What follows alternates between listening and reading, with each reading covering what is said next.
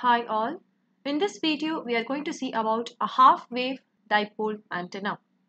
So before directly moving on to see what is a half-wave dipole antenna, we will first discuss what are the basic types of antenna designs that are possible. So we can design various types of antennas, and the design of antenna is based on various factors and for what application we are building a particular antenna. So we can design antenna based on the cost, size, gain, bandwidth, directivity, etc.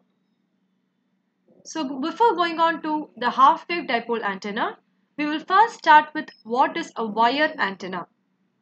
So we will start with a wire antenna, then we'll move on to a very small, a short dipole antenna, and then we will see what is a half-wave dipole antenna. So what is a wire antenna? It is nothing but a small piece of wire. Any wire that is capable of radiating, we can call that to be a wire antenna. So wire is very easy to construct and also the cost is less. And one more thing is the wire is capable of radiating in all directions. So a wire antenna is the very low cost and a popular antenna. So the first type of antenna design is the wire antenna, and this is very popular because of the low cost in construction and also because of its radiation pattern. Now we can classify the wire antenna into a dipole antenna and a monopole antenna. So if you see this bottom figure, we call this to be a monopole because this is one conductor that is present and this is connected to ground. So it contains only one conductor that will be radiating. So we call this to be a monopole antenna. So this is some source. This is my transmission line. And when we come to the end, we can see that there is only one conducting wire and this is unbalanced. Unbalanced in the sense one end is a conductor, other end is at zero potential. It is connected to ground. So we call this to be an unbalanced design and this is called as a monopole antenna. Coming to the figure at the top, so we can see that the transmission line is there and at the end we can see that there are two conductors which are identical to each other. So this green line, this is one conductor, this green line is another conductor, and when we observe this diagram, we can see that both the conductors are symmetrical. They have an equal length. So we call this to be a dipole antenna and this is a balanced design where the top portion is also a wire which is a conductor and at the bottom also we have a conducting element. So this is a balanced design and called as a dipole antenna, whereas this is an unbalanced design and we call this to be a monopole antenna. Now, what is a wire antenna? As already said, wire antenna is nothing but a piece of wire. And because of the construction, because since it is just a piece of wire, we can say that the manufacturing cost is going to be very low. Now, main feature of wire antenna is that it is capable of radiating in the azimuth directions. It radiates equally in this azimuthal direction and therefore this has a very good radiation pattern. But we must not confuse this with an isotropic antenna. Isotropic antenna radiates equally in all azimuthal directions as well as elevation angles. So it radiates equally among all the angles and that is an isotropic radiator. But the wire antenna radiates equally in the azimuth directions alone. And this type of antennas are used in mobile phones or any mobile applications where we do not know from where we receive the signal. For certain applications like satellite applications, we must know the direction, only then it will be efficient. But the mobile phone is a dynamic device where we keep moving from place to place. So wherever I go, I must be able to receive the signal. In that case, my antenna must be capable of transmitting in all directions as well as receiving in all directions. So in those kind of applications, we can use wire antennas. So as I said earlier, the wire antenna, it transmits across all azimuthal directions. So if it transmits in all directions, for the receiver also, the conditions will be the same. So therefore, equally well receives from all azimuth directions also. So this is about wire antenna. So it is just a piece of wire which is nothing but any conductor, and this wire antenna, it radiates equally in this azimuthal direction, and because it has an equal radiation, this is mostly preferable in mobile applications. Next is about the Hertzian dipole. So this is a very small dipole, means the length of the conductor that we consider is going to be very small. The length is small. This is actually a comparable statement. We construct this length to be very small when compared to the wavelength. Now what the term wavelength means? Wavelength is nothing but the distance for which the wave travels. That is what we call by the term wavelength. And Hertzian dipole is one form of an antenna whose length, this length of the conductor is very small when compared to the wavelength of travel. So since the length is considered to be very small, it is actually this diagram to make us understand the length is big. But practically when you design a Hertzian dipole, it will be very small. So we will not be practically able to figure out where is the starting point and where is the ending point. It will be that much small. Because of such small construction, the current is considered to be constant through the wire, which means, for example, I take this to be the antenna length, and through this my current is going to flow, so it is going to be I of t.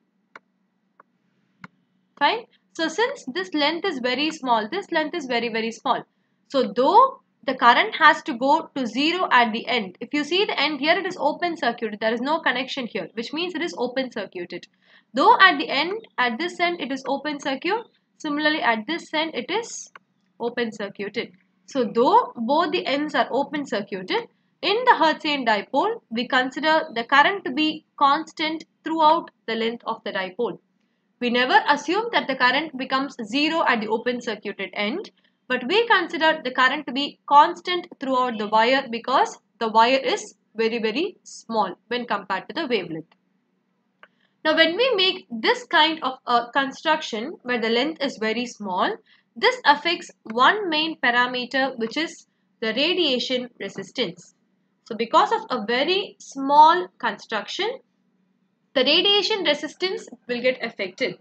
And radiation resistance is very important when we match the transmission line to antenna. So we saw in unit 1 already that this is a transmission line. At the end we are going to have an antenna. So this will be having some impedance value, this will be having some impedance value. Only if these two are matched in nature, we can get a very good radiation. But when the radiation resistance of antenna becomes very small, then matching with the transmission line becomes difficult for us. That is the main drawback in Hertzian dipole. So to avoid this drawback, we move on to something called as a half-wave dipole. Half-wave dipole is nothing but wave means the term wavelength, which is lambda. And half wavelength means we are going to construct an antenna of length lambda by 2. So any antenna that is constructed of a length lambda by 2, we call that to be a half-wave dipole antenna. So since we increase the length in the Hertzian dipole, we can get an increase in the corresponding radiation power also. So now coming to what is a half-wave dipole antenna, it is again a simple common form of antenna since this is again some conductive element. So half-wave dipole means this is a center point and this half will be of length lambda by 4, and similarly this half will be of length lambda by 4, which means the total length of the half-wave dipole is going to be lambda by 2. And this antenna is fed at the center, which means we will be connecting the transmission line or any source element at the center to the antenna. So we call this to be a center feeding. So the half-wave dipole antenna is fed at the center, and at the two sides we have a symmetrical conductor which is at equal potential. And if you see this point, it is short circuited because we are connecting it to some source element. But if you see this end, this is open circuited. Also this end, it is open circuited, right? Now let us see how the current will flow through the half-wave dipole. So before moving on to that, we know that the term half-wave means the length of the antenna is going to be half a wavelength at the frequency of operation. So half-wave dipole antenna is a highly directional antenna, which means I'll design the antenna for one particular frequency, and at that particular frequency, the length of the antenna will be lambda by 2. So at the frequency at which the antenna operates, we can get the length of the antenna to be of value lambda by 2. And since the radiation power is more, when you see the value of the impedance of this half wave dipole antenna and the transmission line, the Z0 value of transmission line will be mostly 75 ohms in any of the applications. Now we need to design an antenna that can match the 75 ohms of this transmission line. And when you measure the impedance of the half wave dipole, it is almost 73 ohms, which is approximately somewhat, we can equate that to 75 ohms equally. So since the half wave dipole has an impedance of 73 ohms and the transmission line has an impedance of 75 ohms, we can ensure that a good matching is made between the transmission line and the antenna. And that is why the half wave dipole achieves a very good directivity property where we can design the antenna to get a highly directional pattern. Now moving on to the current distribution. So let us consider the first diagram here. This is a transmission line. So if you see here at the one end, we have a source that is connected. At the other end, it is open circuited. So which means the end that is connected to the source, that is the end that is short circuited, the current will be maximum. So we consider that to be Im. And at the open circuited end, the current has to become 0 because it is open circuited. So this will be the distribution of current through a lambda by 4 distance conductor, right? So we consider a construction similar to a transmission line where the two conductors are of length lambda by 4. And when we see the current distribution through this particular construction, at the short circuited end, the current will be maximum and it decays to 0 at the open circuited end. And cos beta z is the direction of propagation and beta is your phase shift constant. So we already saw when we studied the transmission lines subject that only if a phase shift is there, we can ensure that a wave is moving. Right? So we know the propagation constant gamma is equal to alpha plus j beta, where beta stands for the phase shift constant, and only when there is a particular phase shift, it implies that a wave is traveling in your particular conductor. So Im is the maximum current and cos beta z implies the change of phase. Now this is lambda by 4. How can I construct a lambda by 2 dipole in this? So when we unfold, this is a folded form.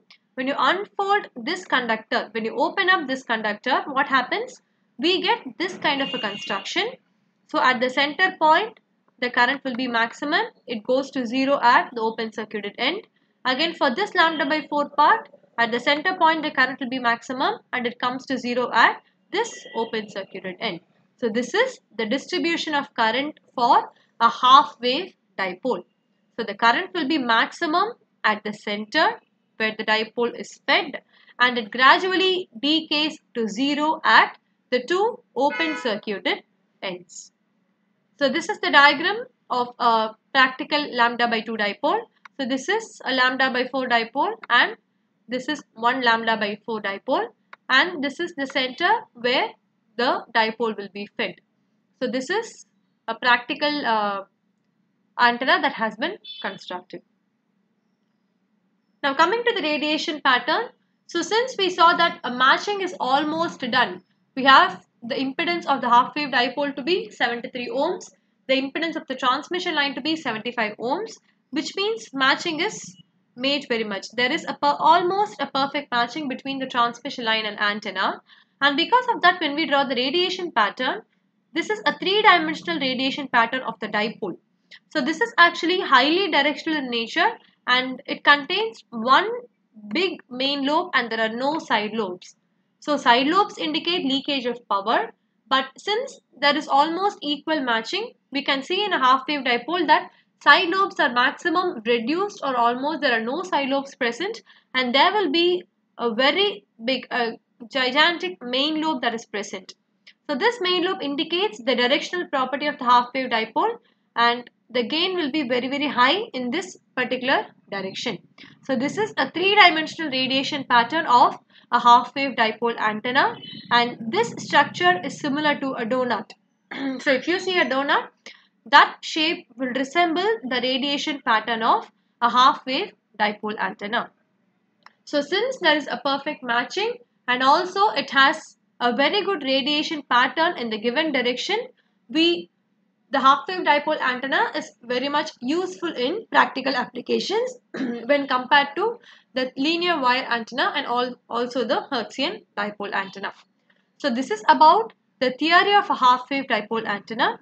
Using these concepts, we will derive the electric field and magnetic field of a half-wave dipole antenna in the next video. Thank you.